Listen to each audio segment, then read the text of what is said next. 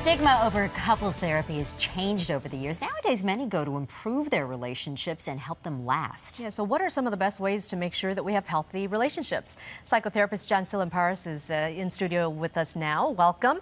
The first thing that I noticed, well, you know, when you're dating, when you're trying to find someone, people are always telling you, don't lower your standards, don't lower your expectations.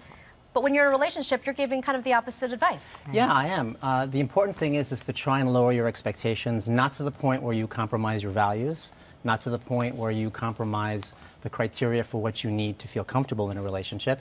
It's just developing realistic expectations. So you basically accept somebody for everything they are and everything they aren't. So it's a little bit of a shift. And this kind of work is all about changing old belief systems. It's demythologizing what couples typically think a good relationship is and what a bad relationship is.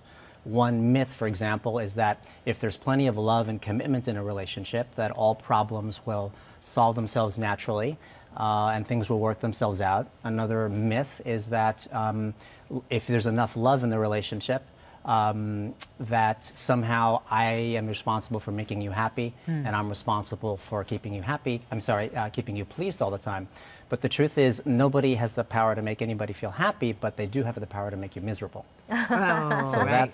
that's for sure. We have to make ourselves happy first. Exactly. Yeah. Exactly. And the other thing that was interesting, and this goes along with what Lena says, we have to be realistic about ourselves and what we're doing in the relationship. Exactly. So another point is it's important for both couples, I mean both members of the couple, to collectively understand and identify and admit what their negative contribution is to the problem. So it's blank slate. When they come to me for counseling, it's blank slate, tabula rasa. It's not, you know, 70 her, 30 me, right. 80 her, 20 me. It's basically 50-50, and you start from scratch.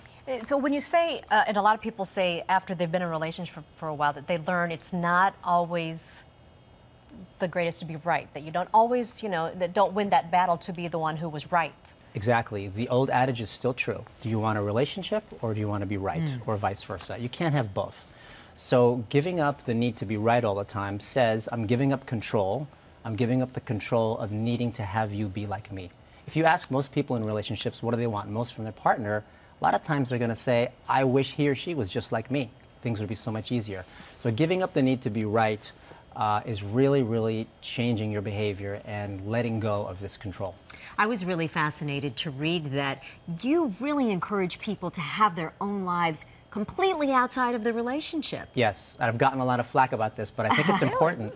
I believe that couples should have a minor life, not a big one, but a minor life with personal interests and hobbies outside of the marriage, so that there isn't too much pressure put on the marriage for stimulation and fun.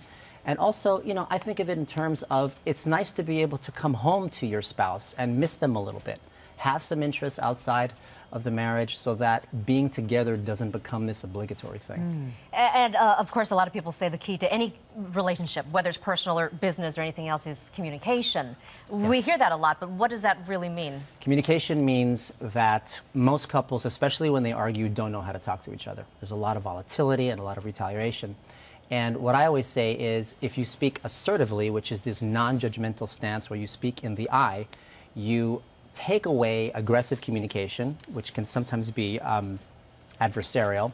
You take away passive-aggressive communication, which can sometimes be sarcastic.